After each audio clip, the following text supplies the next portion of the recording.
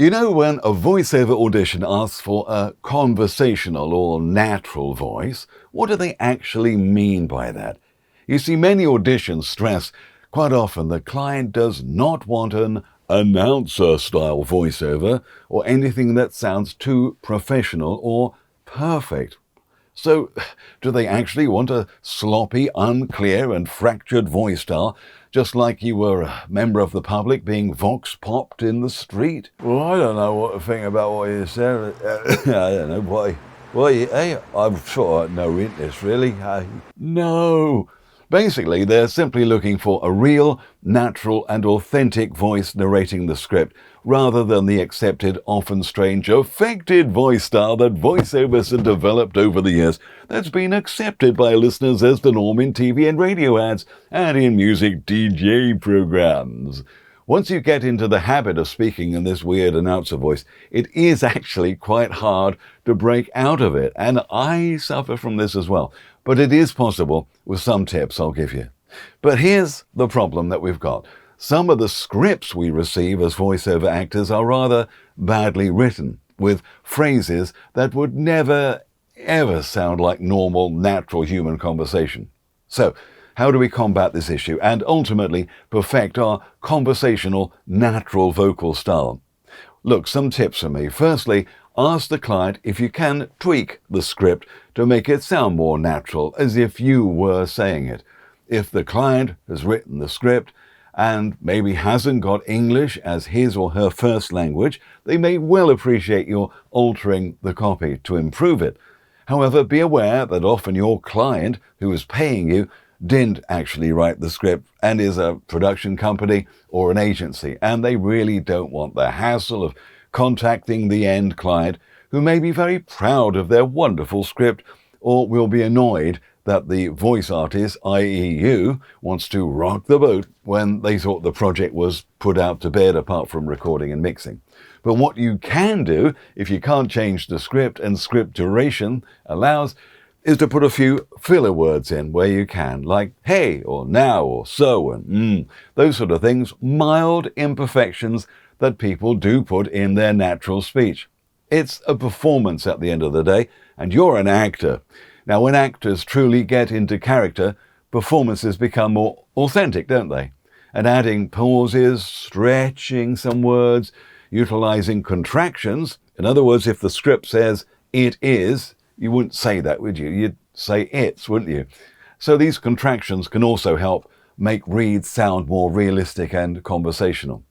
Don't be afraid to make things your own. If the production allows for it, you'll come across much more authentic and true to self.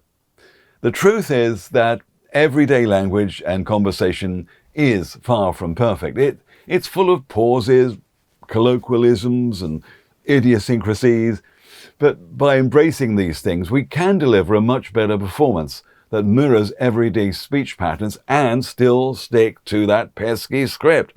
Top tip though, do a completely straight version as well in case the client complains, even if it sounds horrible to you. Secondly, it's hard to sound natural when you're in a sterile voice booth with a microphone hanging in front of your mouth. So try a powerful mental trick. Think carefully about the target audience. Try to form a mental image of your listeners, or better still, one person. Target it down to one person who would be ideally affected or interested in your script. It can be a friend, family member, whoever the target audience might be for whatever you're narrating. And use that mental image and pretend you're speaking directly to one of these people. Just keep their face in your mind. If that's hard to do, find a photo of someone who you think would be great and put it on your screen next to your script, Just split the screen. You'll hear the difference in your tonality almost immediately. It really does work, this. It's very hard to speak like an announcer when you're looking into someone's face. Try it tonight. Darling, I've learned today about a new product that I think would be perfect for you. Darling, I found this product today I think would be absolutely perfect for you. Thirdly, consider your body language as you speak. While a good performance mostly rests on the quality and authenticity of your voice, The rest of your body can play a pretty important role in the acting process too. Yes, even for voice actors. Don't be scared to move your arms, talk with your hands, make facial expressions as you read. Fourth tip, well, the fastest way to sound like an announcer with a booming voice is to speak too loud and to project too much. So look, pretend you're having a one-to-one conversation with someone in a quiet place. At what volume would you speak to a friend in the same room? That's the volume we need for a conversational read. And finally, practice all that you can and get professional training. Hey, voiceovermasterclass.com have got a wide selection of great video-based courses, I've heard, that will help you with improving your voice, creating different voice styles, characters, and you can get all the information you need how to get started in the voiceover business and growing your successful business. Loads of free chapters you can learn from right now. So please head over to voiceovermasterclass.com. And thanks very much for watching.